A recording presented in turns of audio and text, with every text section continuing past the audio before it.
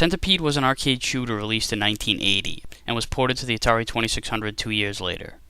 You'll control an elf, represented by a block at the bottom of the screen, whose mushroom garden is infested with pests, and he has to take them out with a magic wand that he randomly discovered under a mushroom. The pests include a spider that bounces around, a flea that drops from the top of the screen, a scorpion that comes from the sides, and of course the giant centipede who weaves its way from the top of the screen to the bottom and is your main target. There's also a bunch of mushrooms scattered throughout the screen. They're dashes, but use your imagination here. The objective in each level is to wipe out all 9 pieces of the centipede before it gets to the bottom and makes contact with you, or if you get hit by one of the other insects. You start out with 3 lives, and after every 10,000 points, you'll earn an extra life with 7 maximum. The centipede's path will be altered by the mushrooms, and if you hit a piece in the middle of the centipede, it will split and essentially become a second centipede.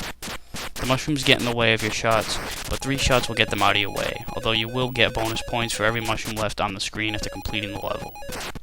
There's also poison mushrooms. If the centipede makes contact with one of these, it'll drop straight down.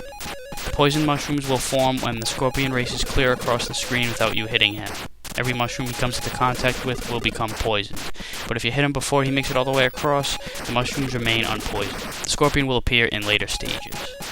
Speaking of later stages, the further you go, the more separated the centipede gets from the rest of its body.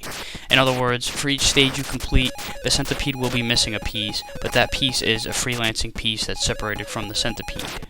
For each level you complete, there'll be 1 less piece on the centipede, but an extra standalone piece floating around. So when you get to the 8th stage, there'll be 9 individual pieces all over. Holy shit.